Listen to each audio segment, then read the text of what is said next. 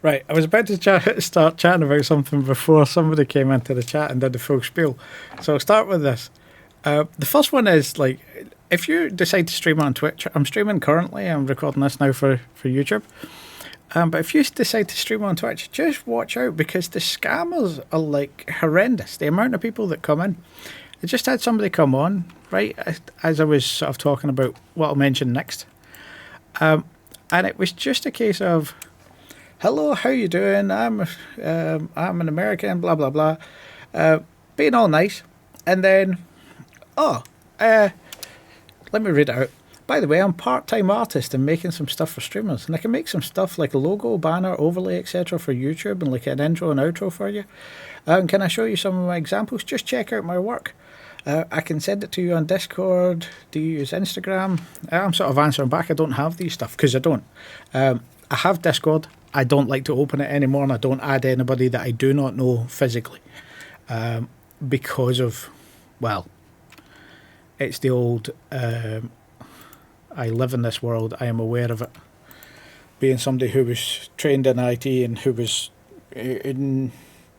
not exactly a naughty person, but very good at being naughty when it was required.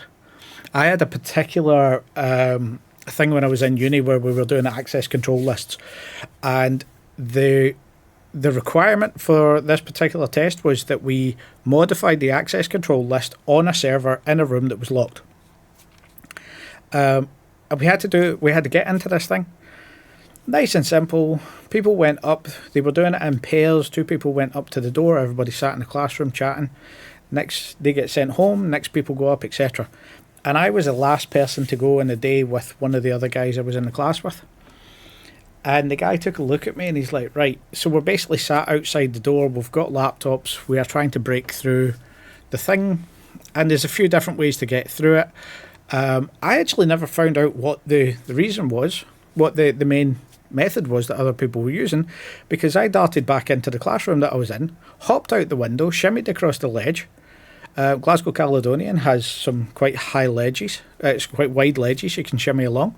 So in the window of the next classroom, plugged straight into the router box and changed the access control list from in there. Then went back the way, came out of the classroom that I'd gone in through, and popped into the hall and went, done. And the teacher's just looking at me, what do you mean done? So is the other guy. I was like, I'm done. It's finished. I've changed the list. So he brings up his laptop, checks it, realises it's changed, because there was no hardware block. There was nothing on the actual router. It was just a Wi-Fi thing that you had to get through. And he's like, how? What did you do? Did you cheat? And I went, no, I just went across there and through the window. The thing is, we were on the 5th floor of one of the buildings, so he shat himself. He was just looking at me like I had stomped on his dog. It's just like, what? It was like, the ledges between the windows are over 2 foot wide. You can walk along them with no issue, and there's plenty of stuff to hold on to. But he had a fit. I got passed for that course. There was no questions with it because I did sort of get around it, but he had a heart attack. The funny thing was that once all that happened, the guy next to us was saying, I was thinking about postponing it and bringing in my lockpick keys because I'm useless at the Wi-Fi stuff. I was like, oh, so he taught us lockpicking later on. But yeah, I'm very nervous of that. So when people start going, oh, I don't know you whatsoever, but can you give us your Discord? No. Can you give us your Instagram? No, don't have that either. I don't have anything attached to Meta. I have a hatred of it. I'll tell you exactly why I have a hatred of it, because I know that they're doing things that are completely illegal.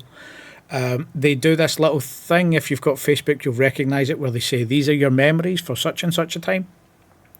At one point, I went through and deleted everything from my profile and then contacted them under EU law and deleted everything from my profile. I was about 23, 24. No, I'd be older than that. I'd be about 26 when I did it.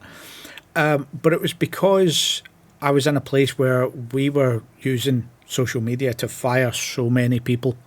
They were just going home and saying stupid stuff about their boss. They were getting fired, etc., etc. So I became very aware of this, and I went, right, just in case I've told an inappropriate joke, because I do have a dark sense of humour, I'm just going to delete everything. So I got it scrubbed. I made sure there was nothing on my timeline. And then I sent them letters to remove the data. They were all perfectly fine. And then I was in Finland at the time, so it must have been after 2015. Pretty much a decade later, I got this little thing on Facebook that said, "Oh, your memories of such and such." And I was like, "What memories?"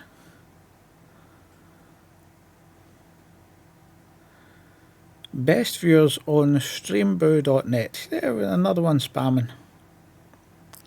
For the love of God.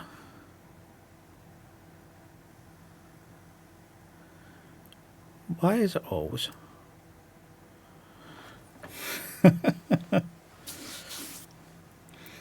So many stuff, so much stuff on, just getting spammed on Twitch. But yeah, so there was this, these are your memories, and it showed me a whole load of pictures that they couldn't legally have anymore under EU law. And I was like, how is this coming up when you don't have them? So I contacted them and they said, oh no, you didn't see that. It's all been deleted. I was like, I've literally saved a video of this going. You're literally trying to gaslight me down the phone. And the woman just entirely hung up. This had been an email conversation that turned to a phone call. And she just hung up on me the second that she realised she couldn't gaslight me. And I had evidence. I was like, I am not touching Meta ever again. I am just not dealing with them. That's some scary ass stuff.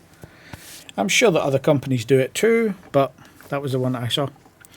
So, let's talk about something else. What I was going to start with, which was the accessibility to Eve. So, those of you that know me, you know I'm an Eve player. I started properly in 2005. My main account comes from them. I'd sort of tried it a little bit before that. So, I've got a good chunk of time in game. I've got 20 years in game. And I probably, although I've taken some breaks, there was a point in my life, there was more than one point in my life where I was playing Eve over like 16 hours a day. I was recuperating at one point for a couple of months, and I was just on the computer as a job while I was letting stuff heal. So I probably do have that amount of time. But with that being said, people returning, there is just this barrier to people returning. And I just got hit with it again today. The setup for the ship I'm using, it's a Paladin. I've just run a couple of missions there. And, oh, I'll get to that in a second. But, so I've come back in, I'm using Megapulse lasers. This Paladin I have had for years. Or, should I say, I have had this Paladin set up for years. I've got two of them. If I just search there, they are identical. With the exception of skins, I think. I can't spell Paladin. Yeah, so there's the two of them. I've got two in mission hubs. So, I jump out, I go to fight a normal mission, and all of a sudden, I am not hitting at the range I was hitting at a year ago. There's something wrong here. The distance that I'm trying to hit, for some reason, I'm a lot shorter. And I'm talking like at least a third, not a half, but close to it. And something's changed. But there's that many patch notes between me and, like, I don't know, 8 months ago, a year ago, when I was last playing, that going through all of that when you come back just puts a barrier in front of you. If I want to sit down and pick up a game, I don't want to spend 10 hours going through everything. It could be Cliff Notes. It could be something in game where you, since the last time you've come in, this is altered, because you do get little warnings. So it could be an idea of putting something like that in. This isn't exactly a gripe, because the game has to change. Not the game has to change. That's the wrong way of putting it. The game does change, and this is something that I think could be a bonus. And because of the nature of the game changing and balancing that constantly goes forward, which is an advantage in Eve that it's looked after, it does mean that things will change in this way. I do have issues with major game mechanics changing. As I've said before on the channel, because, well, like, the whole thing about Triglavian space, messing with low sec space and pulling systems out so that gate routes were changed and all sorts of stuff caused a big issue and caused a lot of blowback. It caused longer transit times, and transit times in Eve are significant. If you're flying a freighter from Heck up to Jita, you're spending 40 minutes. That's if it's a safe run. It also means that then had one main choke point from south to north. If you're going through HiSec, that becomes an even bigger problem. Ironically, Eve Frontiers, where you can make these gate networks, that's been the thing that's been requested since I was playing in the very first year, back in 2005. That was when I was properly paying attention to it. When we were saying making these gate networks would be good, and they put in some ways of doing it in low sec, but doing it in high sec would be an advantage. If you could sort of change things, you could have some that are supplied for free, or maintenance costs here, there, everywhere. You could sort of choose your way. That would be something that I think is a better way of doing it, and would be sort of more community focused. But it's something that the mechanics exist in the game, but it's been kept out of certain places. Or, for instance, extending the whole thing of the Triglavian sort of side, where they pulled systems out. What about something where you could pull systems back? So if they're considered to be like in a lower space or a different dimension, you could try and fight for systems to be pulled back out of wormhole space into nullsec, into highsec, and create that sort of mix there. You'd create more engagement. And for people that were like highsec players, that is a way, because they're always trying to drive combat in Eve. And there always seems to be that, here's a word again, disconnect, where the guys that are sort of trying to change the game are doing it to try and push more combat without sort of understanding that most people don't want combat. It's not a natural state of being to want to fight. And in an online game, you think of a game as combat. However, when it's a game that you are building and creating and maintaining stuff, that's where you put risk into the thing, and most people don't want to lose their stuff. So they err towards the side of caution. What you need to do is you need to bring in a reward that is worth it permanently or for a long time. So going to fight with a nullsec space that could change the map of how two nullsecs sort of exist. You're not really changing anything. You're changing the tags on the top of the screen, but it doesn't make it any more safe. It doesn't make it any better. But pulling more systems into highsec, now you've got a reason for highsecers to actually deal with the combat mechanics they dislike and to risk something, especially en masse. Because this was something that came in long ago when the incursions first came in, the Sancha incursions. You would get a lot of high-sec players that would run the incursions with high-spec ships, with sort of randoms. I joined a lot of these and I absolutely loved it. And it harkened back to the beginning of Eve, for me at least, where running complexes was a big thing and would take a sort of community effort because people's skills were lower, people were newer. So you would get these people that grouped together that weren't even playing together. They weren't in the same corp. It was something that would go out to, you would have somebody with an alt or with a friend that was still in an NPC corp. And they would come and join these things.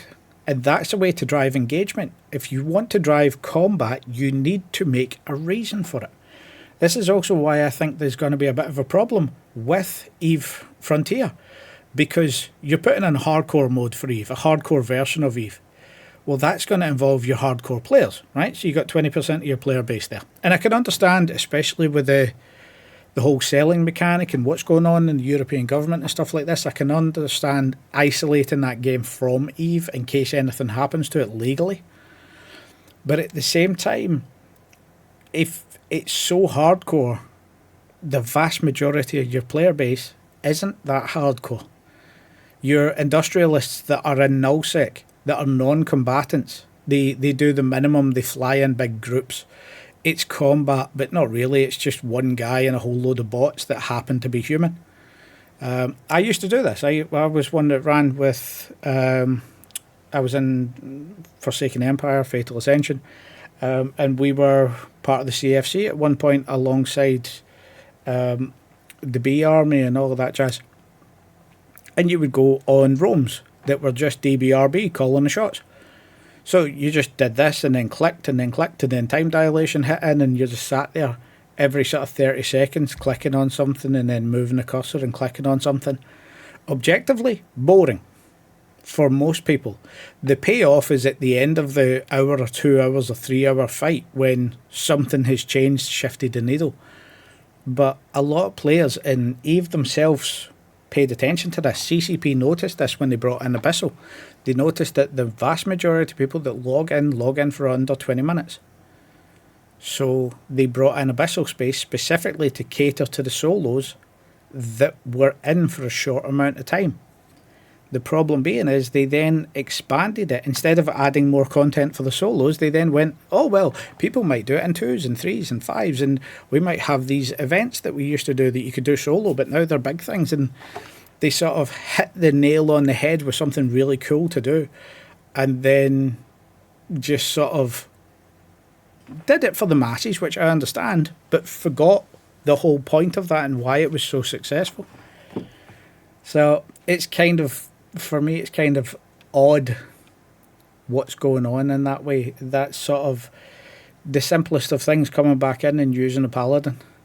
And all of a sudden you're going, hey, wait a minute, what's going on here? Because some people might run setups, like mine's tanked for days. And this is specifically why, because I've got the experience to know that shite can go sideways in a hurry. So you want to be careful with that, because if it does go sideways, you don't want to be sat there going, oh God, what am I doing? This is 3 billion worth of a ship. How am I going to fix this? As opposed to, I can turn on the tank and it won't bother me in 99% of the missions. I genuinely don't think there's anything in the level 4 missions that are scary in this ship. It is just something to play and go over time and time again. So, with that, I'll clip this out. I'll carry on streaming, but thanks for paying attention. Everything's down in the doobly-doo and all that jazz. But yes, bye. And hello. Haha.